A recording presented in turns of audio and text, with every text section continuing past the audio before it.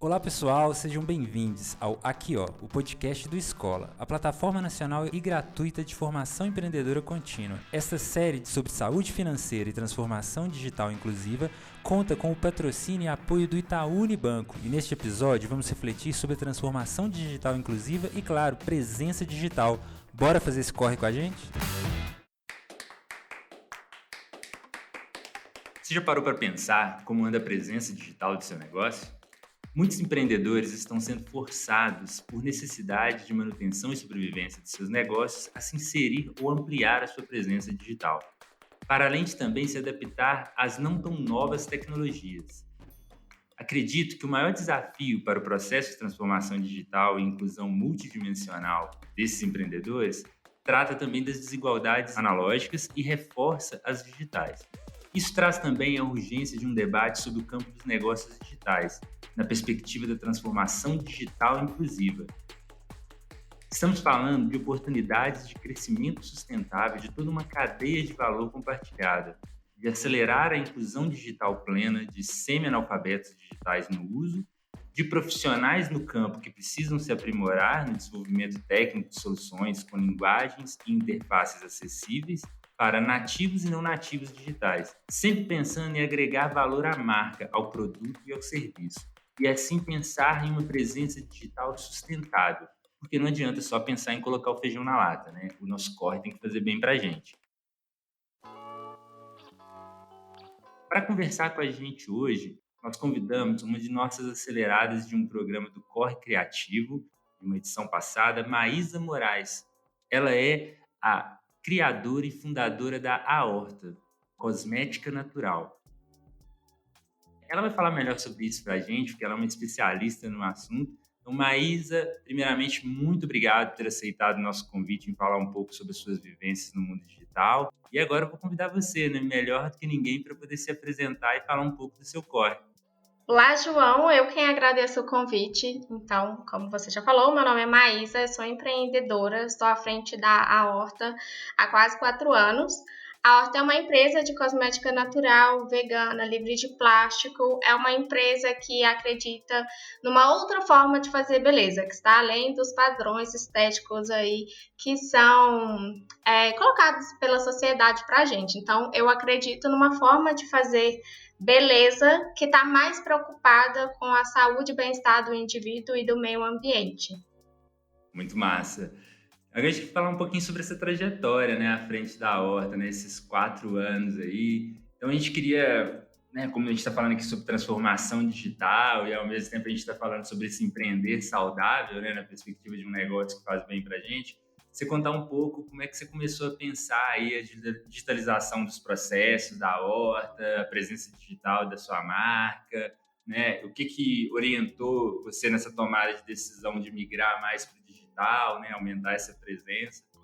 Então, quando eu comecei a empreender, eu acho que eu comecei como a maioria dos micro, nanos empreendedores pensam em começar. Abre uma rede social. Então, eu entrei na primeira rede social que hoje em dia acho que é a mais utilizada, que é o Instagram.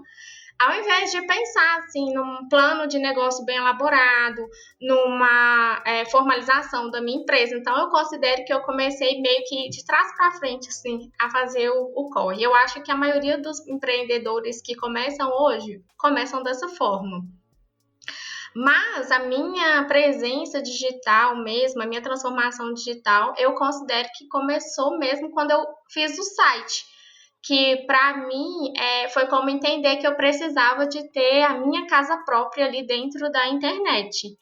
E esse processo de fazer o site foi importante para mim por vários motivos. Além de passar, acho que uma credibilidade da sua empresa, tira ela daquela coisa de ser só um perfilzinho no Instagram, realmente transforma ela num negócio, foi importante para digitalizar processos, emitir relatórios que são importantes para o meu negócio. Então, eu considero mesmo que a transformação digital começou aí, apesar de que eu já estava com rede social desde o início. Ah, legal. A gente também fica sempre pensando, né? Alguns empreendedores trazem algumas questões para a gente de, né? Todo mundo quer um mapa da mina, né? Todo mundo quer uma receita de bolo. Então, assim, como que você identificou, assim, os maiores desafios que você teve nesse processo aí, dessa jornada de transformação digital? Então, considero que o maior desafio do microempreendedor, assim, na realidade que eu vivo, é que a gente sempre tem que aprender algo para depois executar. E aí, se você pensar na sua rotina empreendedora, onde você já faz muita coisa, você ainda tem que inserir algo para aprender de novo, para depois aplicar, é muita coisa. E se você vai colocando isso em outras realidades, por exemplo, se essa empreendedora é uma mãe solo, as cargas vão se tornando cada vez maiores, as dificuldades também. Então, para mim, a maior dificuldade, no caso, seria essa, de você sempre ali. Não é como se você perdesse um tempo, mas você não pode, por exemplo, terceirizar um processo ali da sua empresa enquanto você continua fazendo as outras coisas. Você também está inserido naquela realidade ali. Então, você aprende a fazer de tudo e tem que fazer de tudo dentro da sua empresa. Para mim, a maior dificuldade no caso, seria essa mesmo, assim. Você tem que ser multipotencial dentro da sua empresa, não tem uma outra escolha para você fazer, porque você não tem capital. E quando você olha para esse contexto, assim, né, esse cenário que a gente está vivendo aí, né, um 2020 que não acabou, né, virou a chavinha para 2021 e a gente ainda continua vivendo ainda os mesmos problemas de forma até ampliada. O que você entenderia hoje que é uma coisa que, se você fosse pensar um mundo ideal, assim, para um empreender no digital, que falta para realmente, assim, você, outras empreendedoras, outros empreendedores conseguir fazer essa transformação digital inclusiva mesmo? Para fazer a transformação digital inclusiva real mesmo, acho que a primeira coisa é a gente pensar que tipo de rede os empreendedores na periferia conseguem acessar e como, porque a maioria acessa com celular e acessa a internet se consegue acessar e quando consegue acessar, porque ou acessa uma internet ali de dados ou pega emprestado do vizinho, então assim, não tem uma rede que por onde ele consiga fazer essa transformação digital no negócio dele. Então, falar sobre transformação digital para essa galera, primeiro a gente tem que saber se eles estão conseguindo acessar a internet e como. Muito massa você trazer isso. A gente produziu um artigo aqui um tempo atrás falando sobre isso, né? Saiu até na Meet Sloan Review, uma revista que fala sobre transformação digital e falava muito disso, né? Que a gente precisava falar sobre transformação digital inclusiva. E aí, realmente, eram dados desse tipo, né? 1 em cada 5, né? Segundo a pesquisa de TIC, que ela saiu no início de 2020, ali em maio, mas os dados são de 2018, 2019, né? Um compilado. E falava isso, de que 1 a cada 5 brasileiros, eles não tinham acesso era nenhum à internet, né? A gente não está falando nem de um quebra-galho do vizinho, um 3G assim, né? Fraquinho e tudo, a gente está falando de nada.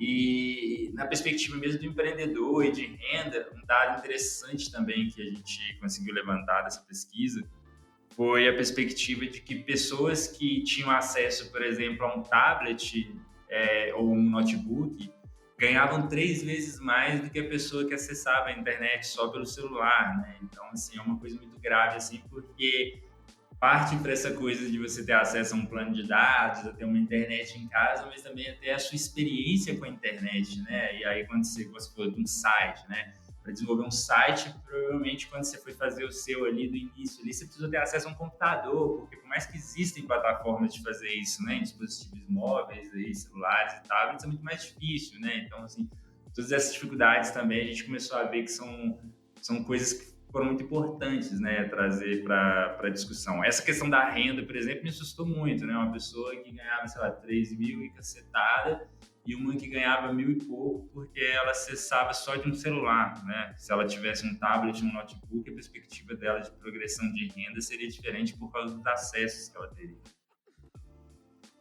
Então, é bem massa, assim, tipo, olhar isso e escutar de você, assim, que passou por esse processo, né? Então, acho que Sim, ano passado eu cheguei a comentar com você sobre eu ter sido monitora num projeto muito semelhante ao Favela, que era dar mentoria para empreendedores que, no caso, assim, eles estavam começando e era da periferia de São Paulo ali. E assim, tinha dia que eles não conseguiam acessar as aulas, sabe? Não conseguiam acessar as mentorias. Muitas vezes, ou então eles acessavam e aí para conseguir, eles não podiam ligar o áudio ou o som para não gastar tanto os dados ali do telefone. Então, assim, sempre estava faltando 6 alunos na turma porque eles não conseguiam ter acesso à internet naquele dia. Você estava falando que, tipo assim, na sala, às vezes, tinham só 6 pessoas, né? Por causa das dificuldades. Faltavam, em média, sempre faltavam 6 pessoas, entendeu? Era uma turma de 18 e aí sempre tinham 12. E assim, não era às vezes sempre os mesmos 12 que estavam ali, sabe? Que alguém tinha faltado a internet. Ou uma outra realidade também que acontecia. Às vezes eles apareciam algum outro compromisso, que era algum compromisso que eles tinham ali para ganhar alguma renda. E aí eles iam escolher ou vou assistir essa aula aqui, que pode ser importante para o meu futuro, mas no presente eu preciso dessa renda aqui. Então eu vou fazer meu corre para ganhar meu dinheiro. A gente falou um pouquinho dos desafios, você trouxe todas essas questões, mas uma coisa que ficou para mim foi o seguinte: na sua visão, né, que é uma pessoa que eu acredito, eu considero, né, vamos dizer assim, um especialista porque você fez o seu processo, né, você está fazendo ele a cada dia, você está construindo isso, eu acho isso muito legal, assim, também porque a gente tirar um pouco também essa questão formal, né, de a gente tratar como especialistas as pessoas que passaram por essas ou essas formações, mas tirar esse lado também das pessoas que são cientistas, né, elas criam, né, elas fazem laboratórios, elas desenvolvem tudo. Eu queria saber da visão, né, da Maísa Moraes, como que esse processo de digitalização, né, para os nano e pequenos empreendedores que não são nativos digitais, a gente está falando de pessoas aí da minha geração para trás, né, que eu sou de 80, então eu sou da minha geração para trás, as pessoas já nasceram mais analógicas, e como é que isso, você enxerga que a gente pode mudar esse processo, facilitar para essas pessoas, e que processo também, né? Imagina isso quase que um kit de sobrevivência, né, para esses negócios aí, olhando para essa perspectiva desse momento que a gente está vivendo hoje, né, que é o isolamento social causado aí pela pandemia do Covid-19.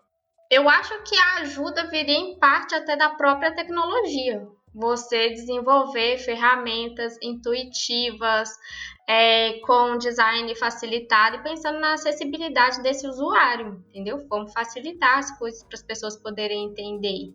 Né? Meus pais têm muita dificuldade de utilizar ferramentas muito simples. WhatsApp, por exemplo, imagina se minha mãe empreendesse. Seria muito desafiador para ela.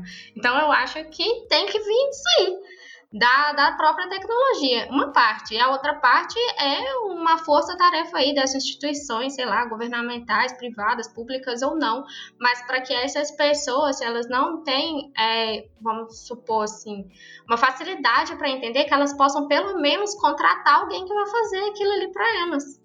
Porque você não vai ficar. Sabe o que eu penso muito assim? Eu fico pensando naqueles empreendedores lá que são os velhinhos do Mercado Central. E aí eu fico assim, gente, como que essa galera vai fazer para poder atender? Sabe? Então, assim, eles estão ali, eles geram uma renda enorme para a cidade, para o estado. Por que você não vai dar um auxílio ali para aquela pessoa? E se aquela pessoa vende ali naquele microsistema ali que é ali dentro do mercado, porque né, não é todo mundo que vai no mercado. Imagina se ela fosse conhecida assim por Belo Horizonte inteira. O que ela não poderia crescer se ela fosse para o digital? Então, assim, é papel. Eu acho que é um papel do Estado também. Vamos aí, uai, vamos ajudar. Se a pessoa sempre gerou renda aí pra você, pro seu estado, gerou economia na sua cidade ali, você não vai fazer nada por ela. Tocando nesse ponto aí que você falou do mercado, tipo, minha família veio de Tinga, né, no Vale de Jequitinhonha e tudo, e meu avô, ele veio e começou a empreender muito como feirante e tudo, né, e aí tinha uma lógica de umas Kombi velhas, umas rural na época, buscava umas verduras no Ceasa e tudo, depois minha avó ficou tocando no sacolão e tudo, e é muito isso mesmo que você falou, né, uma galera que gera uma renda muito grande, isso, né, ninguém para de comer, né, e muito complexo isso, né, realmente, assim, né, dessa lógica de pensar isso, né, tipo assim, como que olha para essas outras pessoas, né, como que a gente leva essas pessoas também para esse futuro aí da transformação digital, né, que elas não ficam esquecidas aí pelo caminho e tudo, porque é bem tenso mesmo, né, infelizmente, a gente vive num universo aí que a gente tem muito analfabeto digital ainda, né? É muito triste isso, né? Assim, bem triste mesmo de trazer essa questão. Então, eu fico pensando, porque você não pode fazer uma transformação digital e ir largando essa galera para trás. Como é que a gente vai deixar essas pessoas, sabe? Então, eu até tive esse pensamento uma vez que eu tava lá dentro do mercado, tava até na pandemia e tinha tido alguma flexibilização ali que as partes, por exemplo, do artesanato estava aberta, eu tava precisando de algumas coisas para pra marca mesmo. Eu fui lá buscar e fiquei pensando, tipo, gente, essa galera, como é que eles estão fazendo? Porque são negócios familiares, assim, então pode estar rolando alguma ajuda ali do filho, né, de quem provavelmente possa assumir aquele negócio no futuro, mas eu fiquei pensando nisso porque quando você anda por lá, se você vê que os vendedores, a maioria são pessoas mais velhas, você fica tipo, gente, aí como é que essa galera tá fazendo para atender no WhatsApp? Então é uma coisa completamente nova. E a agilidade para responder todo mundo. Você gostaria de lidar? Então, vocês falam muito sobre essa questão, né, das pessoas terceirizar o processo, às vezes de transformação digital delas, né, que as pessoas também precisam se comprometer mais, né, na medida do possível, lógico, né, a gente está falando de diversas adversidades, dificuldades, desigualdades nesse processo aí da transformação digital. Mas eu lembro, assim, que acabou que, né, esse papo nosso puxou essa pauta aqui, que logo no início, né, um pouco antes já do início da pandemia, mas com a questão da pandemia acelerou muito o surgimento de vários perfis, né, no Instagram e afins de especialistas em marketing digital, né? E eu lembro que a gente foi participar de uma formação, dar uma formação, né, para o pessoal a respeito disso, e era uma formação, né, com um parceiro grande de tecnologia e voltado para a formação de especialistas em marketing digital. Uma das coisas que eu trouxe muito forte numa fala para eles foi isso, né, que a gente precisava de mais fazedores de marketing digital e menos especialistas. Porque as pessoas que estavam criando esses perfis na internet era muito essa lógica de falar assim, faça assim, faça assado, fórmula disso, fórmula daquilo. Mas as pessoas, é isso que você falou, né? Você, por exemplo, você teve que se especializar para poder garantir, né, a presença digital do seu negócio. Mas às vezes um empreendedor ou um empreendedor, ele só quer fazer o corre dele, produzir os produtos ou serviços que ele tem, e ele precisa de realmente alguém que possa fazer aquilo para ele, né? Tipo assim, alguém que vai pegar realmente aquela demanda, né, aquela consultoria ou assessoria, a gente pode chamar assim, e fazer realmente essa estratégia digital, ajudar a pensar a presença digital, né? E aí as pessoas, às vezes, a oferta que está sendo, ainda hoje você acha isso ainda, né, nas redes sociais, aí das pessoas querendo ensinar as pessoas a fazerem. Mas as pessoas já têm as expertises dela, né? Então, assim, eu acho que também é um alerta aí que eu trago novamente sobre isso, né? A gente está precisando de mais fazedores de estratégia digital, né? Mais pessoas que possam ajudar as pessoas no sentido de realmente, talvez, vender esse serviço para elas, né? Do fazer e não só do como fazer, né? Porque o como fazer tem uma curva de aprendizagem, tem diversas coisas aí envolvidas. Cara, se eu tivesse uma verba assim disponível na empresa hoje e aí eu pensasse numa coisa para poder terceirizar, com certeza seria essa parte de marketing digital, o que me toma muito tempo, porque tá um tempo inteiro atualizando, o tempo inteiro tem alguma ferramenta nova, algo que você tem que aprender a fazer. Então, assim, se eu tivesse essa condição, seria isso, porque seria um fardo muito grande que eu tiraria ali das minhas costas. Porque você pensa, por exemplo, na minha empresa eu sou responsável desde o setor de produção, venda, marketing, tudo. Eu tenho que fazer tudo. Então, assim, se eu tivesse com certeza um valor ali para poder destinar a algo, seria isso. Então, quando foi no ano passado, por exemplo, eu tinha recebido um empréstimo, assim. E aí eu pensei, o que que eu vou fazer com esse dinheiro? Era dezembro, novembro, dezembro. Aí eu pensei, eu falei, eu acho que eu vou investir no marketing, porque era um período crítico para mim, onde eu tenho que produzir. Se eu quiser vender muito em dezembro, eu tenho que produzir, eu tenho que ter estoque. E aí eu falei assim, eu vou jogar toda a minha força nessa parte da produção, do estoque, para eu conseguir vender, para eu ter estoque para vender. E eu vou terceirizar essa parte que vai ser um conforto para mim, que eu vou tirar isso da minha cabeça, vou ficar livre e eu vou investir aqui. E foi um investimento que, assim, eu não sei se ele vai retornar em dinheiro para a empresa, não, mas naquele momento eu pensei no que seria, assim, melhor para minha saúde mental, para eu poder fazer, para eu dar conta do que eu tinha que dar. Já que 2020 já tinha sido um ano de carga mental, assim, muito pesado para mim. Falei, eu preciso disso daqui, porque o Natal, acho que para todo mundo foi, assim, a última carta. O que vai salvar? Então eu vou fazer algo que vai ser melhor para minha saúde, para eu conseguir fazer tudo que eu tenho que fazer, que foi por aí. Então, assim, se eu tivesse alguma coisa, com certeza seria isso. E fazedor até tem, porque você pode contratar, mas não é todo mundo que vai conseguir pagar o quê? A média de preço para você terceirizar esse tipo de serviço é 500, 600 reais por mês. É muito dinheiro. Isso impacta, né, no orçamento, quando a gente vai fechar aí fluxo de caixa no final do mês, é uma grana, né, que poderia ser investido em matéria-prima e outras coisas e tal.